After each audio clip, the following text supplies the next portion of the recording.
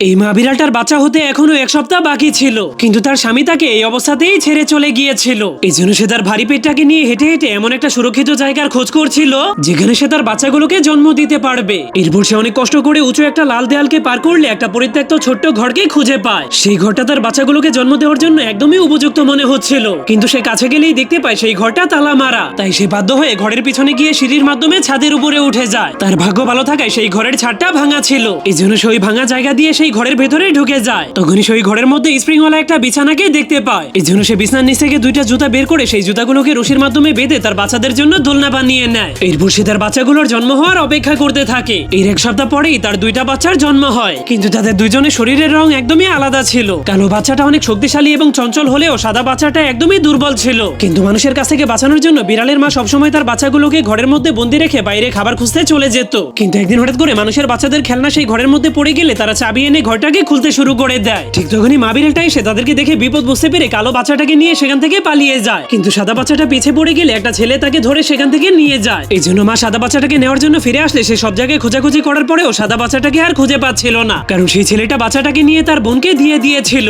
কেউ যেন সেই বিষয়টা না জানতে পারে, এই জন্য তারা বাচ্চাটাকে বক্সের মধ্যে বন্দি করে দেয়। এই জন্য রাতের বেলা মা বিড়ালটা তার বাচ্চার আওয়াজ শুনতে পেরে তাদের ঘরের সামনে এসে কান্না শুরু করে দেয়। কিন্তু তখনই একটা লোক ঘুম থেকে জেগে তার উপরে বোতল ছুঁড়ে মেরে তাকে সেখান থেকে তাড়িয়ে দেয়, যার কারণে বাধ্য হয়ে মা বিড়ালটা জঙ্গলে চলে যায়, কারণ সে তার দ্বিতীয় বাচ্চার জন্য টেনশনে ছিল। পরের দিন সে তার বাচ্চাটাকে নেওয়ার জন্য যখনই আবারও সেই ঘরের সামনে আসে, তখন সে দেখতে পায় সেই ঘরের মানুষগুলো ঘরের মালামাল নিয়ে ঘর ছেড়ে চলে যাচ্ছে, আর সেই গাড়ির মধ্যে তার বাচ্চাটাও কান্না করছিল। এই জন্য সে তার বাচ্চাটাকে বাঁচানোর জন্য পুরো শক্তি দিয়ে সেই গাড়ির উপরে ওঠার চেষ্টা করে, কিন্তু তখনই গাড়িটা অনেক জোরে ঝাঁকি খেলে সে গাড়ি থেকে নিচে পড়ে অনেক জোরে ব্যথা পেয়ে যায়। এই জন্য সে ওই গাড়িটাকে আর ধরতে পারেনি, কিন্তু সে ভালো মতোই জানতো যে তার আর একটা বাচ্চার দেখাশোনা করতে হবে। এই জন্য সে ওই বাচ্চাটাকে আর কখনোই খোঁজার চেষ্টা করেনি। আর এদিকে সেই গাড়িটা যখনই শহর থেকে অনেক দূরে চলে যায়, তখনই একটা মোড় ঘোরাতে গিয়ে সেই সাদা বাচ্চাটার বক্সটা গাড়ি থেকে নিচে পড়ে যায়। এই জন্য বাচ্চাটা অনেক কষ্ট করে সেই বক্স থেকে বের হয়ে আসে, কিন্তু সে তার বাড়িতে যাওয়ার রাস্তা চিনত না। এই জন্য সে হাঁটতে হাঁটতে জঙ্গলের মধ্যে পৌঁছে গেলে সেখানে একটা ভয়ঙ্কর নেকড়ে তাকে খাওয়ার জন্য তার উপরে আক্রমণ করে দেয়। এই জন্য সে অনেক ভয়ে গাছের উপরে উঠে গেলে সেই নেকড়েটা আর তাকে ধরতে পারে না। তখনই একটা বিষাক্ত সাপ এসে বিড়ালের বাচ্চাটাকে খাওয়ার জন্য যখনই গাছের উপরে উঠে যায়, তখন বাচ্চাটা তার জীবন বাঁচানোর জন্য একটা চিকন ডালের উপরে উঠে গেলে সেই ডাল ভেঙে তারা দুইজনেই নিচে পড়ে যায়। এই জন্য সেই বাচ্চাটাকে খাওয়ার জন্য সাপ এবং নেকড়েটা একসঙ্গে লড়াই শুরু করে দেয়, আর সেই সুযোগটাকে কাজে লাগিয়ে বিড়ালের বাচ্চাটা সেখান থেকে পালিয়ে যায়, যা দেখে সে বুঝতে পারে বাইরের দুনিয়াটা কতটা ভয়ঙ্কর। তো বন্ধুরা, দয়া করে আপনারা কখনোই বিড়ালের মায়ের কাছ থেকে বিড়ালের বাচ্চা চুরি করবেন না।